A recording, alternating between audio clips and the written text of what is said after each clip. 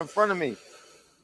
Is the first match 911 versus Mikey, or is it a Shane promo? No, it's 911 and 911 versus Mikey and Stan Carson. Oh, okay. Yeah. Because I have two different notebooks in front of me. I'm going. I don't even know what show I'm watching. My wife is sick as fuck. It's not the Rona. She got tested. It's not the Rona, but now I'm getting the. I Is feel it the Rhea? I'm getting She's got the. the Rhea I ripples? feel tired. I got the pains. I think I'm next. Fuck. Well, I mean, it's good. Everybody should get it at least once. At least once. Herd immunity, Yeah. right? I don't know. I mean, like I think me and the kid had it before it even had a name. I had a couple people that back in like what was it, Christmas 19 or whatever, around that time, that are pretty sure they had it before it was actually identified as being what the fuck it is. Yeah, when the kid came home from school from college because she was sick, like they just told her they thought that she had the flu. Mm-hmm. You know, and and then normally if I never get sick. If I get sick, it's for 24 hours. Right. You know what I mean? Yeah. Like I never have a long term sickness kind of thing, and it beat me up like New Jack. That's usually how I am too. I don't get sick. I get sick like once a year, and it's the worst shit ever. And then you're past it. I'm trying to plug in a new Fire Stick and hook it up upstairs under the TV, and I don't know what the fuck I'm doing. I don't know how hard. I don't know why this is so hard.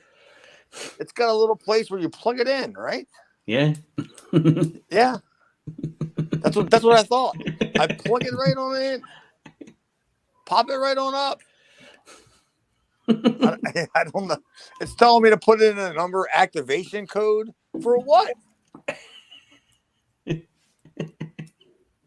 It's plugged in. It should already have to be activated. This is gonna drive me fucking nuts. The whole entire show, I'm gonna be doing this goddamn show with you guys, and you're gonna see me just staring at the fucking TV. What the fuck, man? 8N738M. That's all I'm gonna be yelling the whole entire time. Come on, motherfucker! It's the Fire Stick edition. I have a Roku, and every once in a while, like I'll go to log into something. Like, all right, I'm gonna get on Peacock, watch some WWE, and it says like I'm signed out, and then like everything for some reason just signed me out of every fucking app that I have. And then I'm just like, so then you got to go through and sign into every single goddamn app. And then they're like, well, we have to email your email account to confirm it's you. And it's like, Jesus Christ. I just want to watch fucking. Yeah, I just want to watch House. I want to watch Jameson on Primetime Wrestling. or the Rossetti sisters. Yes, I smell bacon. Yeah. So then they're like, okay, well, and then they give that thing of, are you a robot? No. Yeah. Well, select the street lamps. Yeah, it was the street lamps and the cars and God damn it. There's a lot of shit that I had never watched that I was gonna either pay for, buy, purchase, rent, however you do it, that I was gonna get that I couldn't get because I just got tired of jumping through all the hoops. Yeah. Mm-hmm. Of what's the last four of my social? Then I gotta call the kid and ask her what the password is for the cable. Why isn't it fuck you? You know what I mean? Or you know what I mean? Something that everybody could remember. You know what I'm saying? Why is it got to be 8 lowercase y, capital K, 7? Yeah. Or you'll pick your password and then they'll be like, your password isn't strong enough. Try again. Like, don't tell me. Now it's telling me that I got to where I can log in, but I don't even know what fucking name to log in on there. Or when you're watching something and then Netflix will be like, "Are you still watching?" Oh yeah. Everybody Loves Raymond. It's Are like, you yeah, really? Don't judge me, Netflix. If I want to do that, I'll do that. Hey Jess, what name is the thing under? Like the password for the fucking stick thing. What are you talking about? All right, well, clearly you don't know what I'm talking about, or you wouldn't just yell, what are you talking about? All right, well, the Amazon log on ID. No. All right, we don't know. And there's no chance I'm going to put that in. Honey, I don't even know what to pretend to put in. Yeah, I think it was Bill Burr that said he made his password for everything incorrect. That way, when he forgets what his password is, the thing will be like, "Your password is incorrect," and he's like, "Oh, okay." Yeah, that makes sense. Thanks for letting me know. Not a bad idea. Yeah, I don't even know what to put on. I wouldn't even know what password to possibly even type in, because when the kid makes the passwords, she does everything like granddaughter related. You know what I mean? Yeah. Like her name or her name and birth date, or you know what I'm saying? Or whatever. And Right. I don't even know how to spell Delilah. So there's no chance I'm going to remember that as a password. Well, I mean, we got a doozy to talk about today. Mm-hmm. Yeah, let me get it fired up and we'll talk about it. I'm going to spend all day fucking with this goddamn thing tomorrow. Watch. You can message me tomorrow about noon, and I'll tell you I'm still trying to figure out what the fuck put in the password. You've been up all night. Yeah, it looks like I've been doing coke with like John Belushi. my hair's all standing on its end. My eyes are all bugged out, and I'm just yelling, "Serenity now! Serenity now!" No, that literally happened to me the other day when I was trying to sign back into Peacock. It just kept taking me in circles. And then it finally was like, okay. And I was like, fuck it. I don't even want to watch Cheers now. I'm over it. I'm over it. I'm going to bed. I'm not even sure I can watch Peacock upstairs in the bedroom. I'm going to try it right now. What do you got to do with the microphone gimmick? Peacock. I'm not even sure I even have it in an upstairs bedroom. I think that's TV's half smart. I think it's like a special education TV. I don't think it's a smart TV. It just needs some extra, encouragement. It's a variety TV. Variety Club TV. It's like, Peacock. Do you mean Pluto? Yeah, oh no, there ain't no chance I got Pluto up on this TV. I barely can find it downstairs because that's all I watch all day long is Pluto downstairs. Because I just watch the Three's Company channel all day long. And if I don't watch that, I'm watching Love Boat. I mean, what's a better show than Love Boat?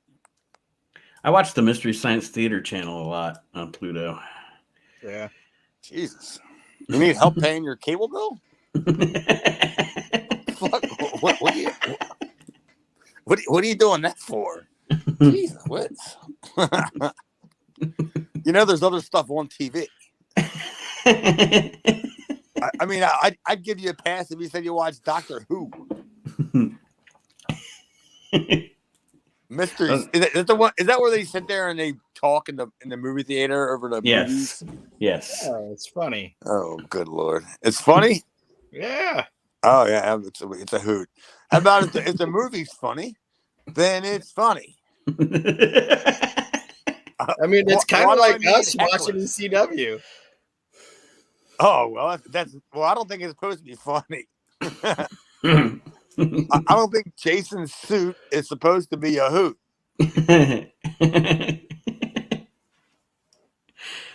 Ready? Yeah. All right. This week on Reliving the Extreme, we are discussing the episode of ECW from May the 3rd, 1994. I am joined, of course, by my brother Aaron. I'm Nate Maxson, by the way, for anybody that gives a shit. I am joined by my brother Aaron. Hello, everybody. And Chad Firestick Austin here. Well, let's get right out of the way. RT Mitchell gives a shit about you. All right.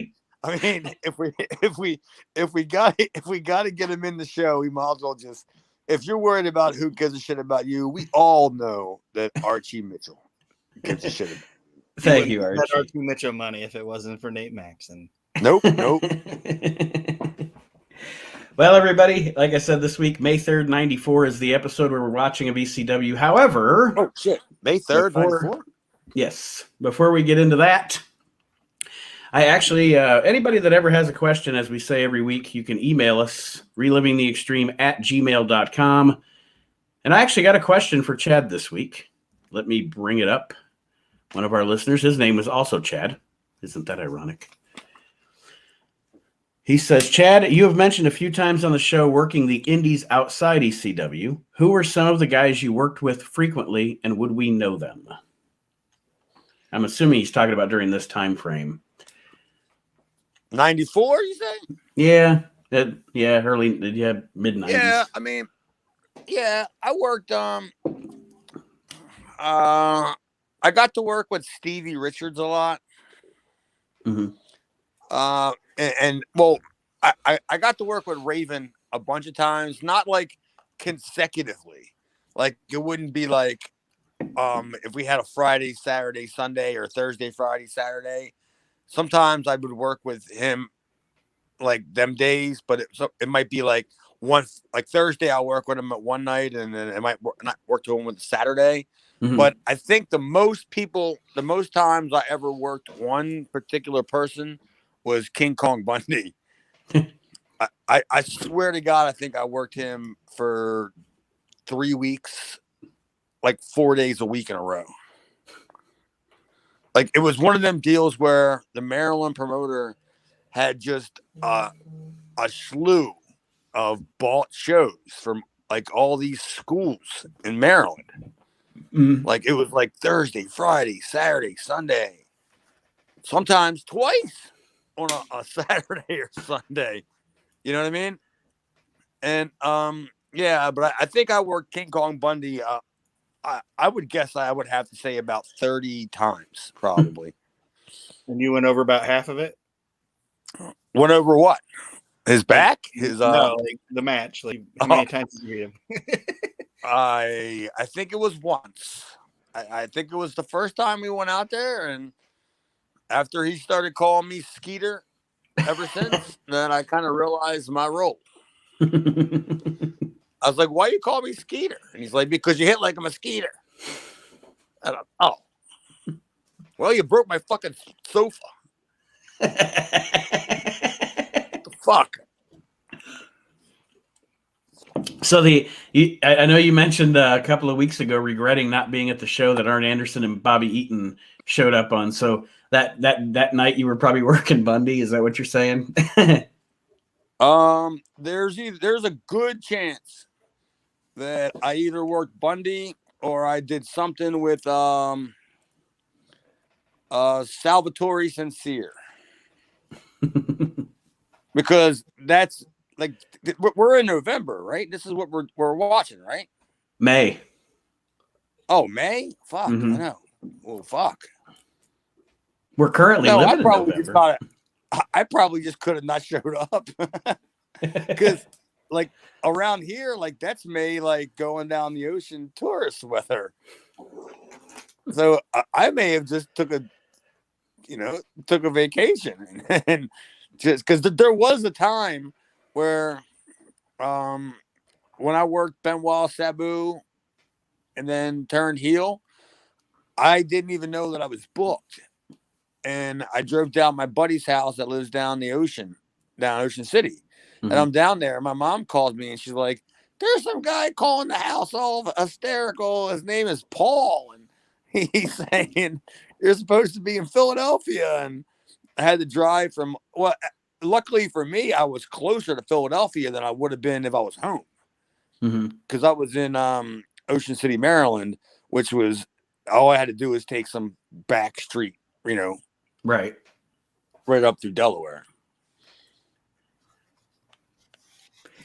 The show that we're reviewing here opens up with 911 against Mikey Whipwreck and Stan Carson. Question, Aaron, remember? They finally named him. Okay, yes. I was going to ask you, is this the same dude? That's the same guy that was getting the shit kicked out of him by the Blues Brothers for like 2 weeks, and wouldn't say what his name was. And I'm like, he looks like a pedophile with the big mullet and the mustache, and it's actually in my notes. I was like, they finally fucking named this guy. It's funny you say that because I thought the guy looked familiar, and I'm thinking like, is that the guy that we couldn't figure out what his name was? Yeah. Where he was getting beat up. That took a beat, man.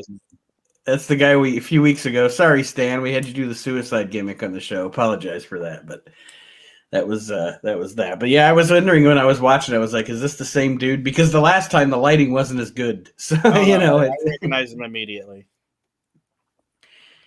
The match, of course, consists of 911 hitting Mikey and Stan with a bunch of choke slams. Paulie dangerously. Well, he wasn't going to do Hurricane Ranas. Frog splash.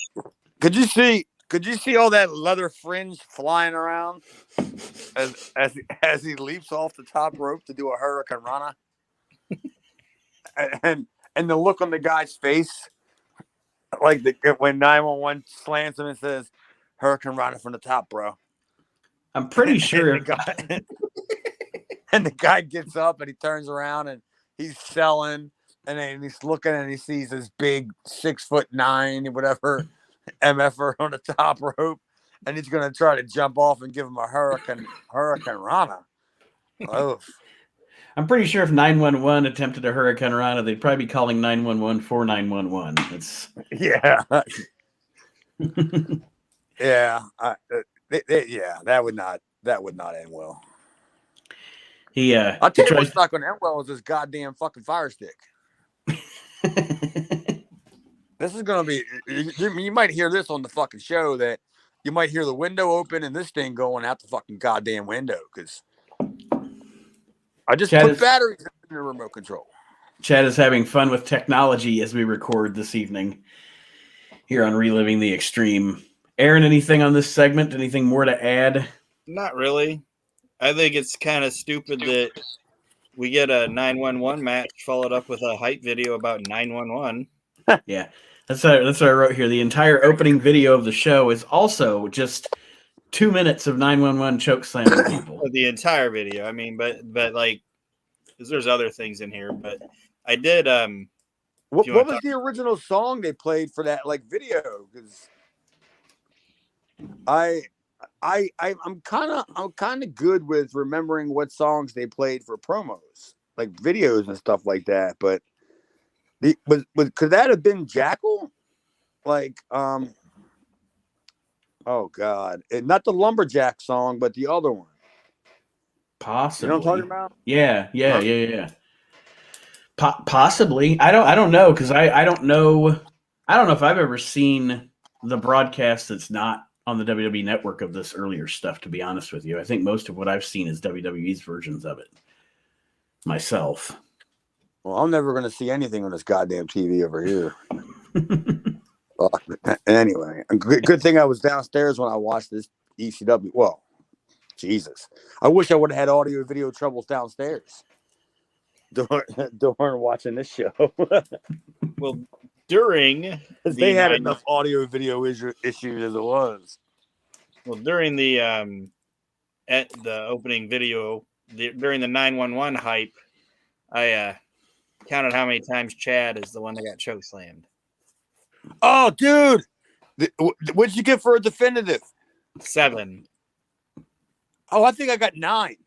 You got 9? I might have looked down or something, but I still Did that count when I was wearing my shirt? Yes. Okay. I mean, I thought maybe you may have missed one or two because I there was a saw couple. I saw your Woodstock from the Peanuts haircut, and I'm like, okay, that's Chad. So, Yep, up, down, end the story. I saw 7. You said 9. You were there, so I'll say it was 9. Yeah, I mean, he would choke slam me until he got blown up, which was usually after the second one. He would do the second one, and the first one would be great. I've told you this. He'd put you down perfectly. Second one be okay. Then all of a sudden he would get blown up, and then he would do one more, and then the crowd would yell one more, and then he'd pick you up. And look at what he did to look like Mikey and all Mikey's like little bed buddies. Yeah, well, that's what I actually have on this segment here. Like, there's a couple because he choke slams these guys a total of about 6 or 7 times, and there's one where he picks that Carson dude up, and like he doesn't go with him or anything. He just picks him up and then he just drops him. Like he does. That guy just free falls from 911's hand. It's not even a choke slam. It's just a drop. It's pretty sad when I knew damn well that I was a better worker than 911, right? I knew I was. Going into that match, I knew I could work out. I could work better than 911, but that wasn't my role. That wasn't my deal. I was there to go in, go up, go down, go to sleep. Thanks for coming. You know, waiting at the end of the night for your 75-hour check. That's what I knew. Yeah, but some of them guys, man, because 911 gave me so many choke slams that he knew to take it easy on me because he knew I was going to be taking it again and again, you know, like down the line. Or I could have easily have said, Paul, I don't want to do this. I'm not doing this anymore. You know? Mm-hmm. Like, it's just, ECW was just a whole entire weird thing, man.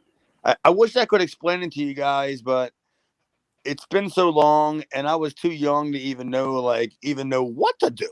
You know, what do you want me to do here? You know what I'm saying? I'm going out there and I'm getting my brains beat in. And nobody's telling these guys any different. Nobody said don't hurt him. Like I never once heard, hey Hack, take care of him. You heard take care of him, but did you get to? That was somebody yelling after the match. Did you get to know 911 like as a dude? Like, did you guys have any friendship or anything of that nature? I got. I mean, a little bit. Not a. We weren't exchanging Christmas cards. Right. I never washed his car or anything. And but I mean, like when we would see each other, I mean, how could you not? But the funny thing was I knew that he was a jabroni. I knew that that's all he had was ECW. He may have worked some fucking Mickey Mouse operation, independence in New York, but I had been everywhere. So, it wasn't like I was like thinking like, oh man, I need to hitch my wagon to this star because me and 911, we're going to go places. This we're going to big take man this on the road. This big man and his tassels are going places. Yeah. You hitch my wagon to this jalopy. I can't wait for him to choke slam me in Charleston. Fucking hoopy. Is that what you're calling 911? Hoopy? Yeah. In pro wrestling terms, 911's a hoopty. After the second choke slam, his tailpipe's dragging, man. Dude, he's like Kramer's car, that big ass like 4-door car that takes up like 4 parking spots and gets like 6 miles to the gallon. That's what 911 is, because he's like, all right, I'll give you a choke slam, and then the crowd yells one more, and he's like, I don't want to do one more. If I do one more, then I can't do another one for a week. I won't be able to do another one.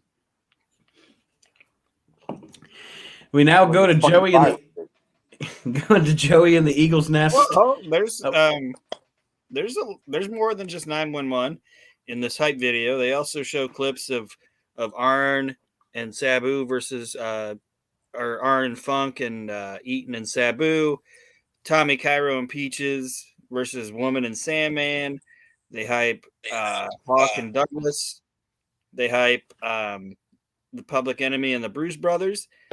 And then, like, at the end of it, they just show Chad again, and ending the career of Johnny Hotbody. Well, I mean, he must have had pictures of somebody. Yeah, like he must have knew something, and they must have squashed that, and then they just moved on because, yeah, they show me killing him all the time. Yeah, I don't know. I don't even know what to tell you about that one. They just love showing that. Well, I mean, in my defense, that was a pretty cool dive. Oh, it was. That's what I'm saying. Yeah. Yeah, well, like they're we need this video to be 20 seconds more longer. All right, let's just show Chad killing Johnny Hotbody. I can't believe for the life of me that I did it. I honestly can't. When I'm standing up there and then I didn't realize how tall that ring was and how high up I was, and I agreed to do it, and I'm just thinking, I have to do this. That's just like when I was working for Jerry Springer show and I knew that I had to sleep with that midget. I have to do this. There's no going back. There's no reverse. You're just up here looking at that little munchkin and being like, I hope he can catch me. Oh, yeah, he caught me all right. Jeez, oh whiz. Joey Styles we got some classic stars on this show today. Well, Joey is there's a match that I just can't wait to get into. Joey's recapping the Sandman Tommy Cairo feud or what have you again. We're showing all of this again. And then there is a promo from the Sandman because we're going to see the match from April the 16th that we've already seen the finish of. Last week, I think. Yeah. Or the week before, but they're going to show us the whole match here from the 16th of Tommy Cairo versus the Sandman. Sandman has a promo before. He says Todd Gordon's one of his customers. Yeah, and I believe him. Oh, yeah. It's kind of like it kind of goes hand in hand. Todd's probably one of his customers, and when Sandman needs money for booze or drugs, he pawns some of his jewelry at Todd's store. So they probably work hand in hand. It's a circle of life. They're like a human centipede, just feeding each other. Who's the ass? Todd Gordon.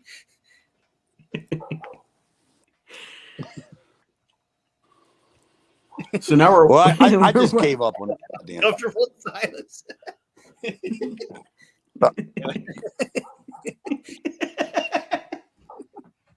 Can you hear the dog barking outside? Yes.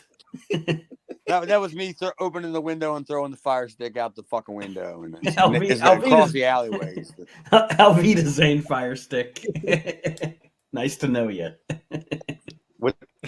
Yeah, that's enough. Well, we get to watch the whole match here between the Sandman and Tommy Cairo, which, as I said, we saw the finish of it already last week with the slow count from Sal Balomo and et cetera, et cetera. What did you think of the match overall, guys, watching it from beginning to end at this point? It was pretty basic. I mean, they didn't do anything. The match wasn't bad. Yeah, I mean, they didn't do anything offensive or anything like that. It was just a basic match. Oh, I didn't think the match was bad at all. And Mhm. Sal is the. All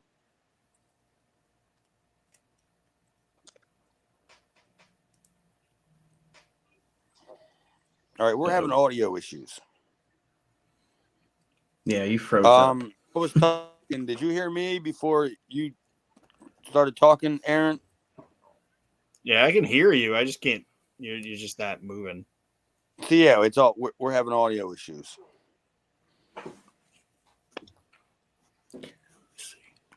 Well, I was in the middle of saying something, and then you just started talking. So I know if I cut out, and are you just woodbine me?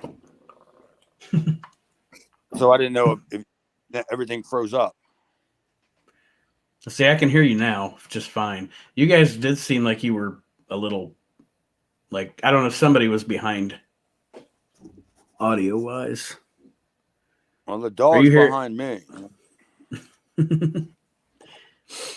Well, Are we? that match with Sal was bad.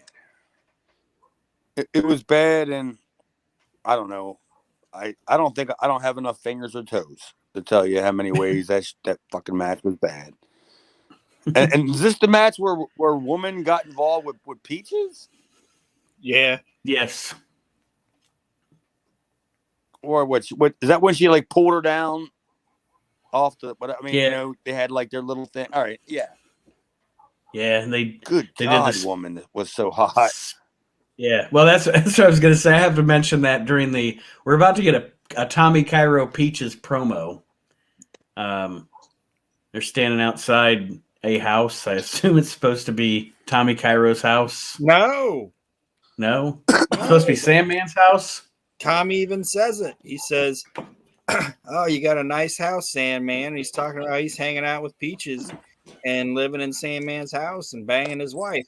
Like, if you listen to this promo, okay, Sandman and Peaches are the heel. They're the heels. Like, this guy's fucking this guy's wife, not paying him for it, and living in his fucking house. Like, Tommy Cairo's the prick in this situation. He owes them $100. No, actually, Like he said, what did it say? How many times did Sandman say that he accused Tommy of banging Peaches that it only equaled like $100? no, that's not even what he said. He said that you're living in my house, you're watching my cable. He said you're lifting my weights, which is funny. Like, Sandman wants us to believe that he lifts weights. And then he's like, you've racked up thousands and thousands of dollars. He's like, we don't have to have this match. We'll call it even. Just give me $100. So he says, he's like, just give me $100 and we'll just end it. For Peaches? Like, yeah, for Peaches. He's like, you're using my house, you're watching my cable. Just give me $100. I'm not even sure you could have gave me $100 to haul her away. Like, if somebody would said, "Hey, you want to bang my wife?" and I just said, "No," and they would have just said, "Like, well, is there any chance you could take her to the dump? How much do you got?" It's like, if you drink, $100 wouldn't have done that. Like, if you drink 12 beers and squint a little bit, she kind of looks like Tammy. Like, nah, I'm good. Jesus, if I drink 12 beers and hope she has a good-looking friend. It turns out it's just Tommy Cairo. I don't think I have enough beers. Well, Tommy Cairo don't seem to mind with his dumb-looking tooth missing and his Carhartt jacket. Like, why? Yeah, like, just because you flag traffic during the day, and you're directing people around potholes and stuff. You don't have to bring your work to your other job. Like, I can't believe he wasn't wearing. I can't believe he wasn't wearing a reflective vest. I was just about to say it. He's probably got a reflective vest under the cart. Yeah, like that's one of my things is, as I make a big deal about with Jess, is that I tell her that anybody who has a reflective vest, I respect. I mean, their job's important. So one day I was out somewhere and some people that were doing some work on a construction site were like having lunch, and I just so happened to walk, kind of walk up there, and he took his vest off, and I kind of picked it up, and I brought it home because I wanted, in order to be the man of the house, you got to look the part. So I put that reflective vest on. And when I do, Jess knows that I'm serious. She knows that I mean business. Like, and then I go back upstairs and I go into the closet and I look for my Caribbean print wrestling outfit. I put the trunks on, then I put that reflective vest on. She knows she's not going to win. That fight's over before it began. You will follow my direction. You have no choice. That's right. Yeah, you're going this away. Move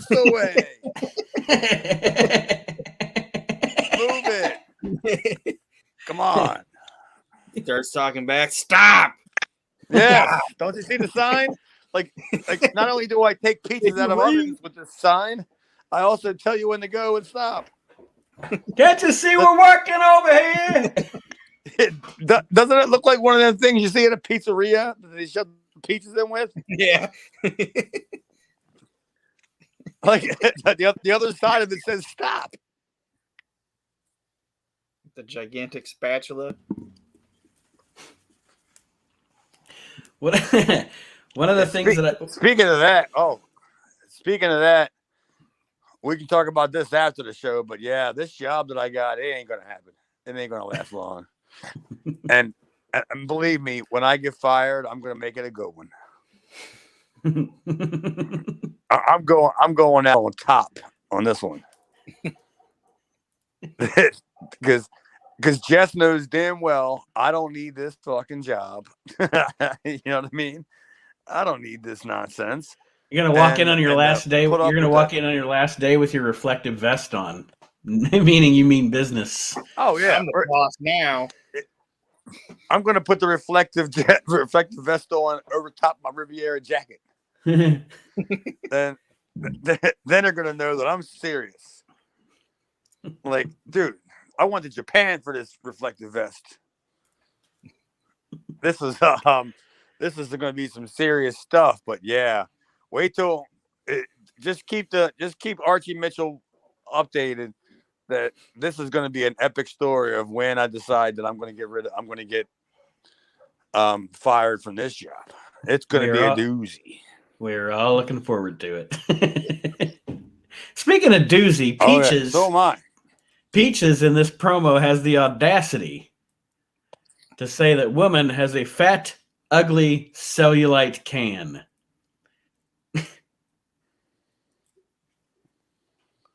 I don't know.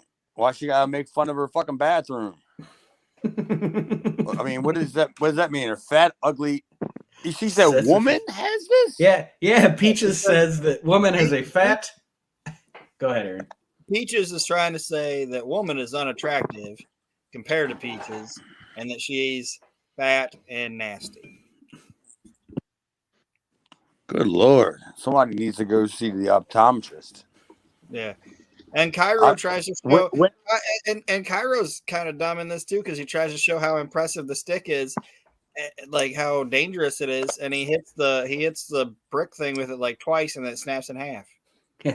Yeah, I was like, okay, that was great. So you're gonna break? Why don't you just hit him with a chopstick? Yeah, it's like that's not because the first time you beat it on a brick thing, the thing breaks apart. Yeah, it's like, this is what I'm gonna do to you. I thought it was a Singapore cane match, not a Bosselwood cane match. Jesus shit. The chopstick cane match. Yeah, these two are like that couple you meet at the bar. That's like, just like, you two need to go away. Stop trying to take people home with you, you freaks. I think we're that couple, me and Jess. I think when we go out, people are always happy to see me, and they wonder why I keep taking her out. And then after a while, they just wondering, are you guys leaving soon? And then when we leave, we get outside, you hear a big pop, and then you think that it's because somebody played Air Supply. But then you realize it's because you left. Chad finally took his reflective vest and went the fuck home. Yeah, he's gone.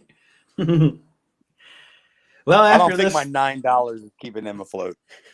After this whole deal with Peaches and Tommy, we get Surfer Ray Odyssey in action against Eric Anderson. Yeah, it's cosplay Sandman versus Scoot Andrews Sr. Oh, I don't have no idea. I have a question mark of whoever this guy is. Scoot Andrews Sr. That's a deep cut. Yeah. I like it. No, it's not Scoot Andrews' dad. It looks like it. How do you know? Just saying. I don't know for sure. I worked Scoot. He's like younger than Scoot Andrews. I have no idea. But there wasn't much to write about this match. So I kind of wrote like whatever and was kind of I was kind of beaming on because the Pitbull was getting ready to cut a promo and I wasn't going to miss this. Well, yeah, essentially during this match, Joey just hypes when worlds collide, talks about the card coming up. I did write down during this match, Ray Odyssey's drop kicks are solid. And no, it was good. Yeah, I mean, I like Ray Odyssey. The only thing is he doesn't know what to do with his arms. Like when they introduce him and stuff, like or when he's trying to like get the crowd into it, he doesn't know how to like do it. Like when they introduce him, he just does like this weird thing with his arms. Kind of stiff. Yeah. Like I don't know if his suit was too tight or what, but he didn't know what to do. And Eric Anderson, he looked like every black dad from the black 90s sitcoms. Like this dude was definitely hanging with Mr. Cooper. That's all I could say. Well, I mean, I have no idea what to say about that. Other than I can't get over if we're getting ready to talk about what the Taz match next. Yes, sir. I mean, the most original wrestling name you could possibly have. Not Taz, but Johnny Blaze. Johnny Blaze. And he does not. I mean, look like if that guy Johnny Blaze wrote a book and did the research on every other Johnny Blaze that ever wrestled in the world, he would seem like a mega star, wouldn't he? Like he'd been everywhere. He worked for everybody. Everybody had a Johnny Blaze. Yeah, well, that wasn't so good for that Johnny Blaze. Not for this guy. No. No, it didn't work. It didn't end too well for him. The Pitbull is going to do commentary with Joey on this match. He says he's studying. He's going to try to do commentary. Yeah, good call. Good call. But he says he's studying. I'm studying, Joey. Taz just beats the fuck out of this Johnny Blaze kid. Puts him through a table. Yeah, like this Johnny Blaze guy in this match took more hardcore spots than some main event hardcore matches that I've seen. Yeah, he took a pretty good one.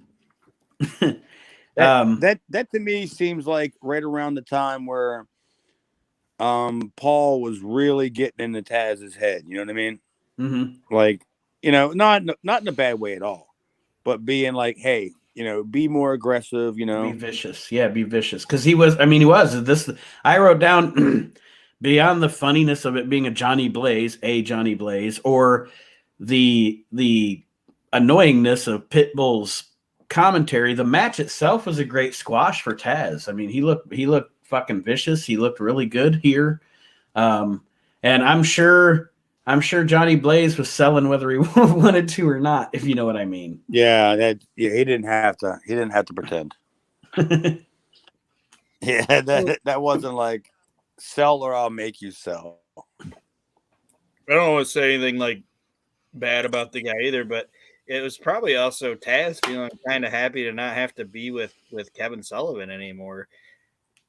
Just be like, hey, maybe I can finally kind of get out here and I'm on my own. Yeah. on my own. I'm going to show what I can do without having to be fucking Sullivan's little stooge or whatever. Brother. That's right, brother. Taz is a jawbone. I ain't no stooge. I'm an Oompa Loompa. I'm going to show you, brother. Dude, and then right after this, you get stupid Jason, a Jason interview. And I'm thinking, is he speaking Carney? Yeah, I think he was trying to pretend he was speaking French, but he was. That's what I thought. I thought he was like doing like you said, like speaking Carney, like Basizu and all that shit. It's like, you're not speaking French, you fucking retard. I could have swore I heard him say for shizzle, my nizzle. It's like, is he cutting? Yeah. Is he stealing JT's promo? Like, what's going on here? Oh no. He would have had to go. He would have had to go to the candy store and get them big wax lips. Talk about when you were a kid and you get them big fake wax red lips. You would have had to put them in and be like, for shizzle, my nizzle. But baby, man. How'd you like some basutsi? my dog be licked for you, but dog be's balls, buzz.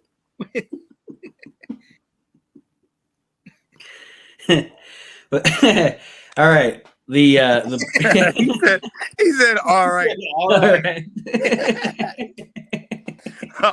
All right. That's the name of the show this week. Are we trying to get some semblance of order here? Is that what you're trying to say? The name of the show is ... All right. All right.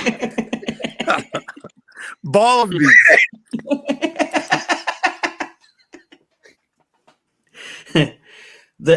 Before we get into that Jason promo that we've already started on, what was that weird shit going on with Taz biting dude's foot after the match? I kind of glossed over that, but I was like, what the fuck is going on here? Did you notice that?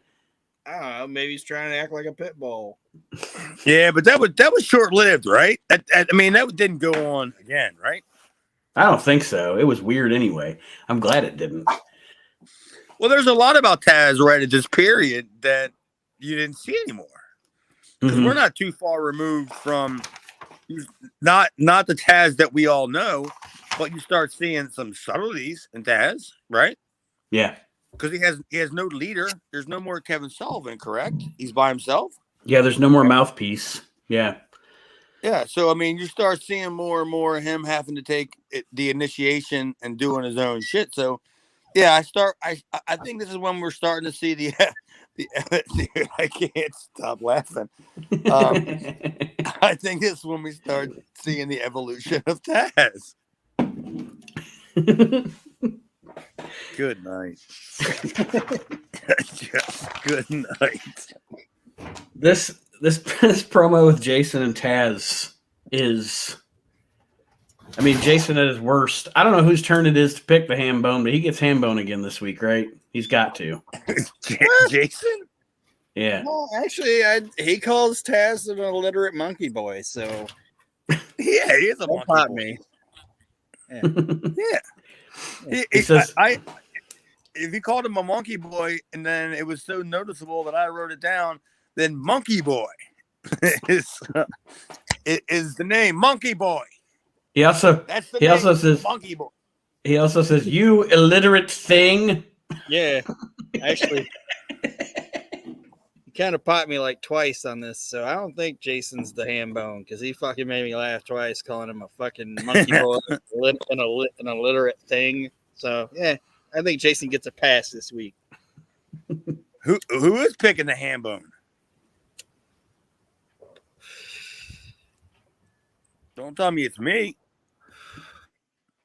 Aaron can pick the ham bone. Hello? I guess. Aaron? Well, speaking of ham bones, okay. we got Maddie in the house.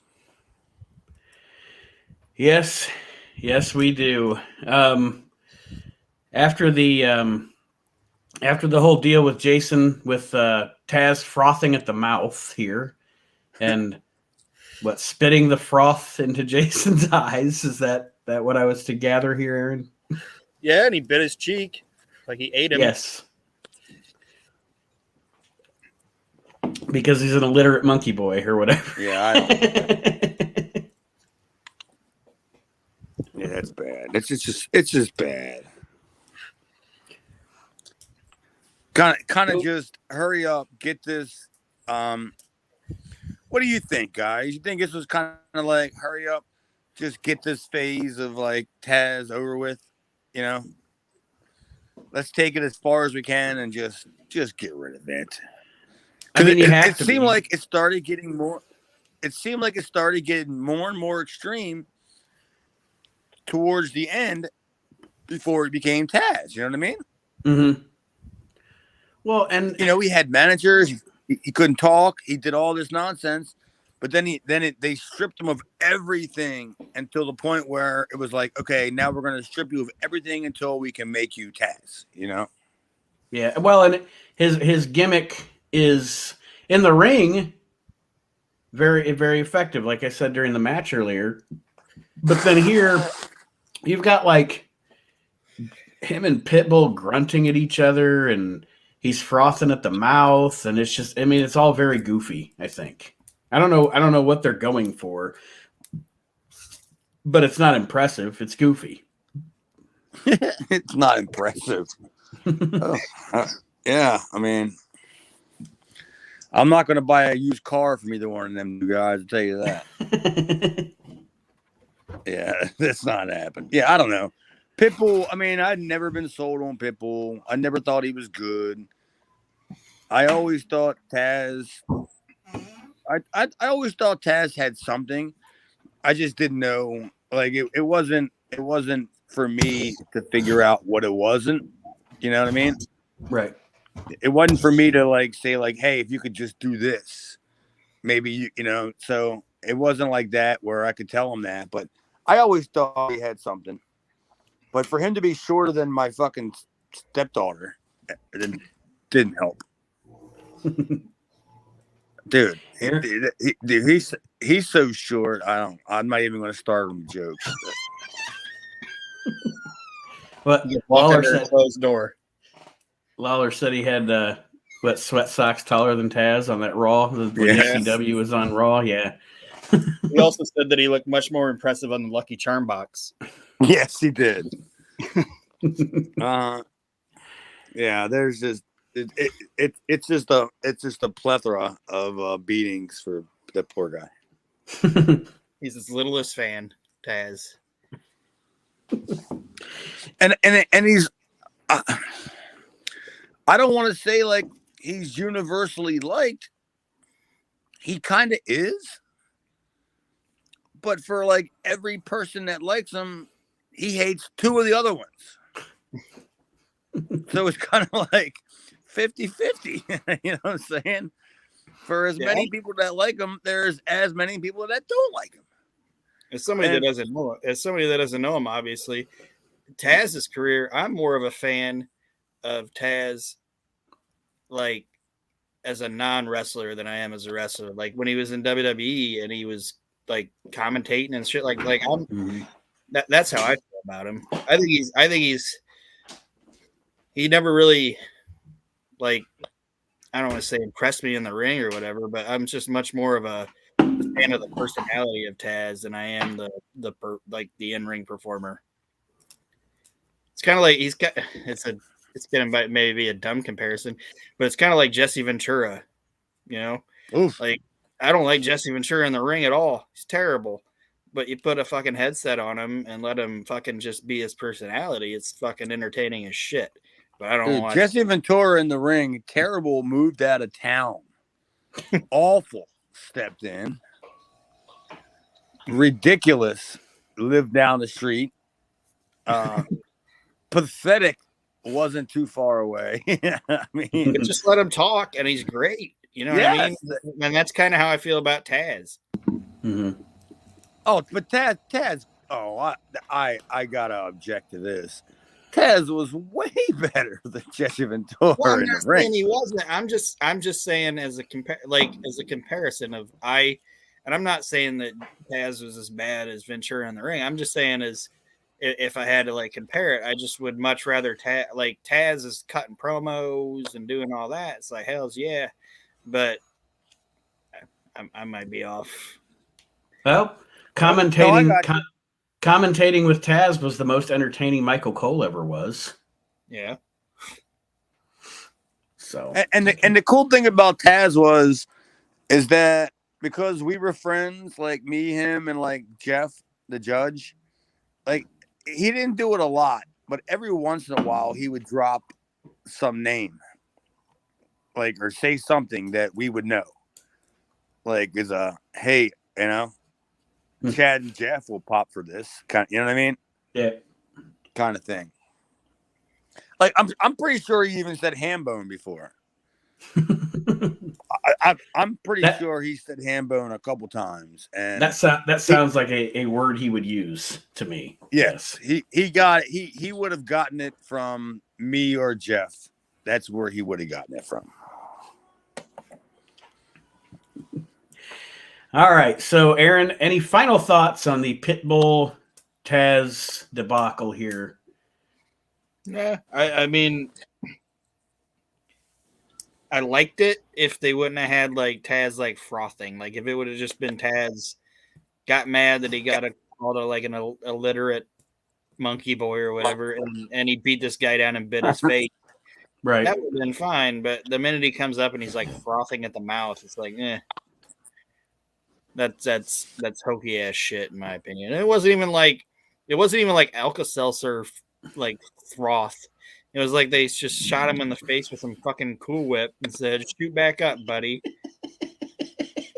They shot him in the face with Cool Whip. That's the best. Like, you know how they like? Have you ever seen the tape of when Onita like worked the ICW, and he rolls out of the ring and he has to like get the mist ready, and then somebody puts the cup of the mist right on the corner of the ring apron, and you clearly see him walk around the ring apron, and he grabs the cup of mist. It's like Mysterine. I have never seen like, that. Mysterine.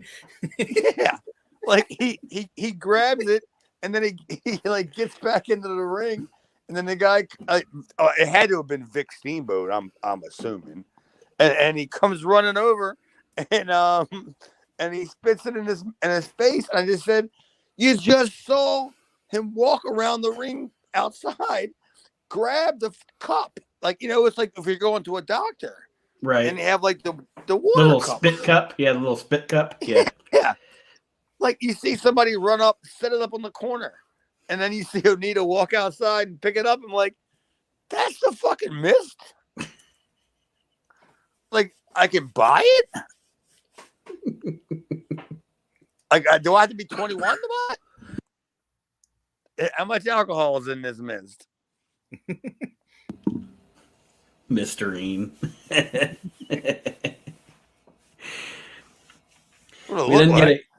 We then get a promo from Terry Funk and Arn Anderson discussing When Worlds Collide. Of course, this is good stuff. I mean, I don't have a lot of notes on it other than it's a good promo. Obviously, look at the guys that are cutting the promo. Well, Arn does one of my favorite Arn Andersonisms. I don't want to toot my own horn, but toot. I love when he does that. I think Arn looked as like physically probably the best he's looked in his career. Mm-hmm. I thought he looked like he didn't have any stress. And shape wise, he's always looks great. But he looked like he was happy to be there, and he was just glad to be doing what he was doing. I mean, did you guys notice that? Like, he had that kind of glow about him. Like, I don't know. I don't know if. Sorry, I didn't mean to cut you off, but I've always thought that too. The during the Dangerous Alliance run, and then during this era, I always thought was when he really did look the best. And I don't know if it's because what were the horsemen not running like the horsemen anymore, and he just was getting more rest? You know what I mean? Like, was he? I mean, that, you know, the party lifestyle takes its toll. But yeah, definitely during the Dangerous Alliance time, the early 90s, like right around here, is when I agree with you. He looked the best he looked ever. Mm-hmm. That probably had something to do with it. That horseman shit wasn't going on anymore. He wasn't even doing cowboy shit either. Then we get a I don't promo even know from what cowboy Paulie. shit is. We get a promo from Paulie and Bobby Eaton. No, you get a promo from Paulie. Bobby Eaton's there. Bobby Eaton is present. Good stuff here. Paulie talking about the Dangerous Alliance. They show photos from Pro Wrestling Illustrated and et cetera, of the history of the Dangerous Alliance. What do you guys think of this? I mean, I'm just going to say it was really good. You know what I mean? Like, you glossed over the line that Paulie said about the daughters. Yeah, because Terry said, you know, you want to take my arm, you want to take my leg. And Paulie said, the only thing Bobby wants to take away from you, Terry, is your daughters. And he probably did. I don't know. I mean, it probably went over Paul's head because he said, "Save me, mammy." Like, I be want your daughter, but Paul had no idea what Bobby was trying to say. He probably thought he was trying to steal like his starter on his car or something. Like, I beneath the starters. No, your daughters. Like, you fool. that would be like the best gimmick for the heel manager to turn Bobby Eaton babyface, is that everything he says, the manager completely just makes it up differently. He can't understand what he's saying, so he says something completely different. He said, "You want my daughters or you want my starters?"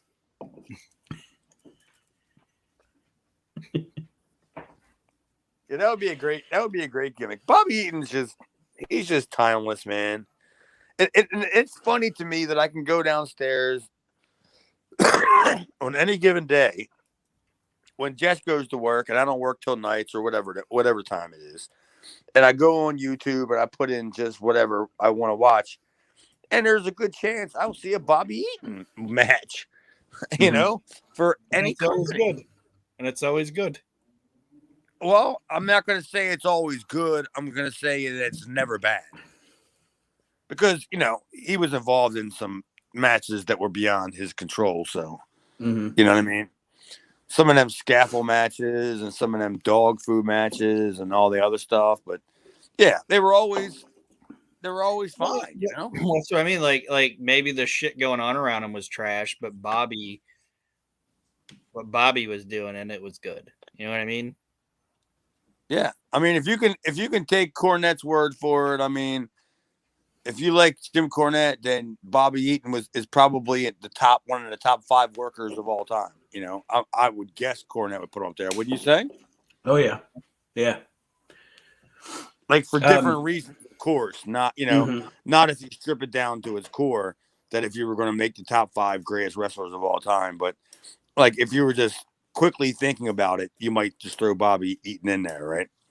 Right. Well, and I don't think that Cornette would say that just because he was good friends with Eaton either, because there's plenty of people that he's friends with that he doesn't put over that hardcore. You know what I mean? So you don't put me over. Told me I suck. Now I want to ask you guys if you have speaking of Cornette, by the way, just again at work, I said it again today. I was out there working, and I was just supposed to be out there helping somebody fix their area, and I made a suggestion, and she was like, "I don't know if I want to do that," and I literally said, "Hey, you're the one fucking the dog. I'm just holding its head." Oh. And she was like, "What the fuck is wrong with you?" That's not what I thought you were going to say, but eventually this show is going to become just one big long show of us saying the same things over and over again, like Like you're the one fucking the dog. I'm just holding his head. Um, Hat on a hat. What's our favorite one, Nate? Hat on a hat. You're putting a A hat on a hat. Like my favorite one's the dog fucking one. That's great to me. I look for a reason to say that every day. Like sometimes I go out of because Jess thinks I don't even know what Jess thinks about me really, but we'll go out and I'll purposely put myself in situations, around people. Like I'll just set it up like I'm on Seinfeld. You know what I mean? Like I'll purposely say something or whatever, and then I'll just look for a reason to say, "Oh, you're just trying to put a hat on a hat." And then I get to see Jess's eyes just roll like, "Oh, good Lord." She'll say, "Moses, smell the roses." The great, and I've got to say it like twice at work, is when somebody falls into something like a win that they didn't think they were going to get, and you get to go, well, look who won the pony. Yeah, when you know who won the pony. When you know who won the pony, this fucking guy. Damn, I mean, isn't that like what our whole entire life has become? There is this subsect of humanity that we are a part of. That it's just like I say stuff like the other day, some girl put her 2-week notice in, and I told my boss, I was like, well, Becky she did the 2-week notice gimmick, and and then he's like, the 2-week notice gimmick, what? And you just, I don't know, you just talk like that, it starts bleeding into your everyday life. Oh yeah, I totally agree. Like Jess she conformed, I guess, rather quickly because she realized that this is just the way that it is. You know what I mean? Yeah. Like if she ever went with me somewhere to a show or anywhere where I'm around the boys, and then she hears us talking, and then she's just kind of like, I don't know what the fuck you're talking about. Called. It's not like we're talking carny or anything for real. It's just that like we're just talking, and it's like just like wrestling jargon to the point where she's just like, all right, well, I guess he's all right. It's just like something that we use between the three of us, but I've actually called like customers ham bones before. Like after I've been done dealing with them, I've come back and my boss has been like, how'd that go? I was like, that fucking ham bone up there wanted me to return fucking an air mattress. And she's like, ham bone? I'm like, don't worry about it. You hear that, Jess? Ham bone has officially reached popular culture. We made it. Aaron's using it. Aaron's using it on the streets. Like it's official. Ham bone is over. I don't. Yeah, ham bone has to be taken to another level. We got a seat on the marquee somewhere in New York City. I don't know if you guys had I don't know if you guys had the same problem I did, but literally, so if you got to see it, let me know. At the end of the show, what I saw Maddie say it's not over yet or something to that effect, and then my thing just cut off. I didn't see it. Wouldn't again. I tried to go back and watch it. I could not watch the last part of the show. Did you have that problem? Was it Pitbull? I don't know because it was just a Pitbull Jason promo that sucked. Okay. Yeah. Maybe they spared us. Yeah, they were like, he can't take any more today. So yeah, my feed just, I don't know, it didn't let me watch it. So all right, well, if that's all it was, I don't think I missed anything then. Well, you ain't missing out. So overall, what do we think about this show? Was it a dog turd? Was it? We're getting there, man. We're getting there. I mean, you look at the card for When Worlds Collide. It looks like it's going to be a really good show. And I think I said it on the last show. Like when we get to this Worlds Collide pay-per-view, or not pay-per-view, but Super Show or whatever, that's when it really starts kicking off.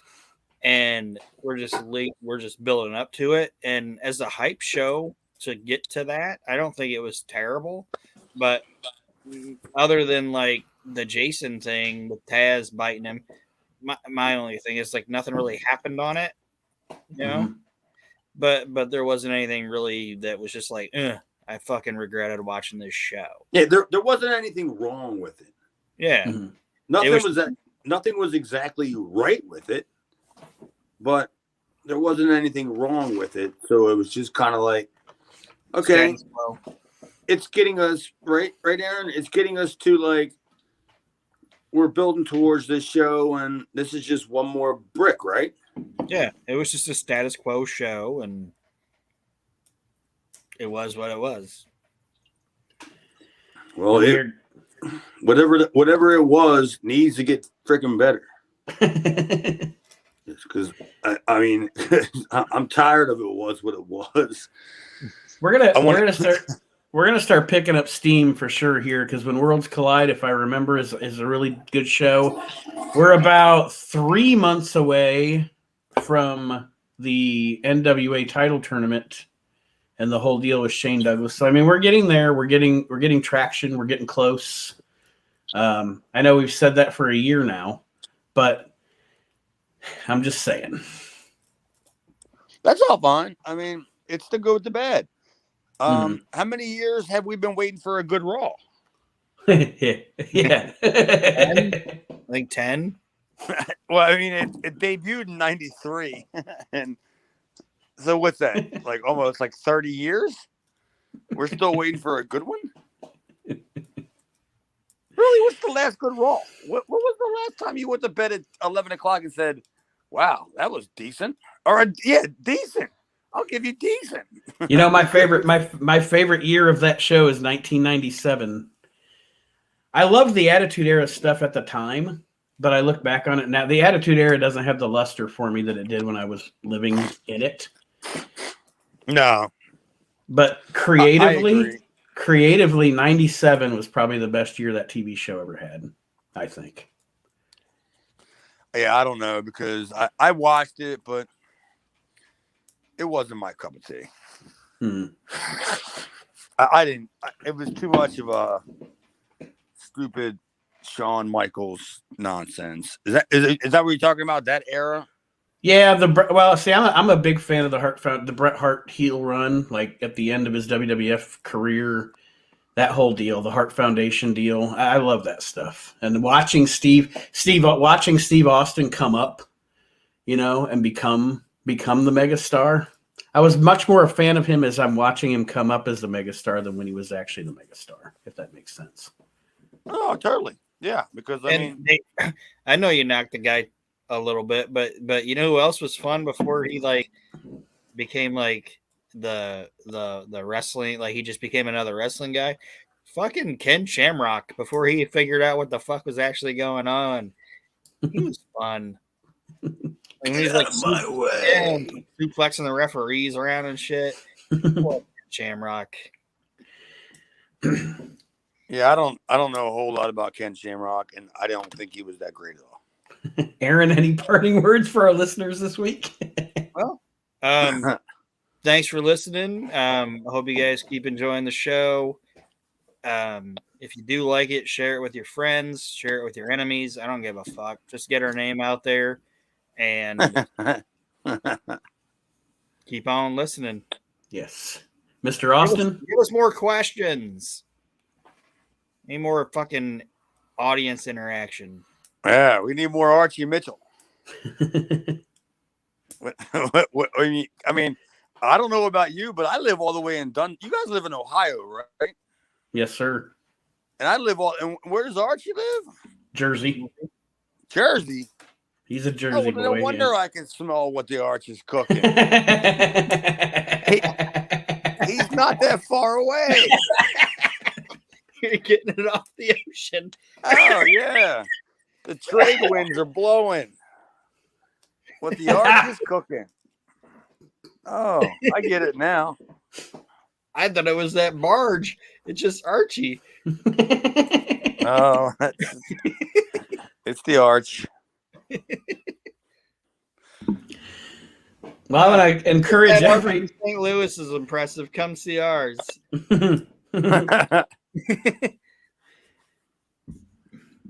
I want to encourage everybody to follow Chad at Chad Austin DeMera on Twitter and Chad's Video Vault on the Facebook. Also, join our Facebook group. And like Aaron said, tell your friends about the show. Keep sharing, keep listening, and thank you for joining us.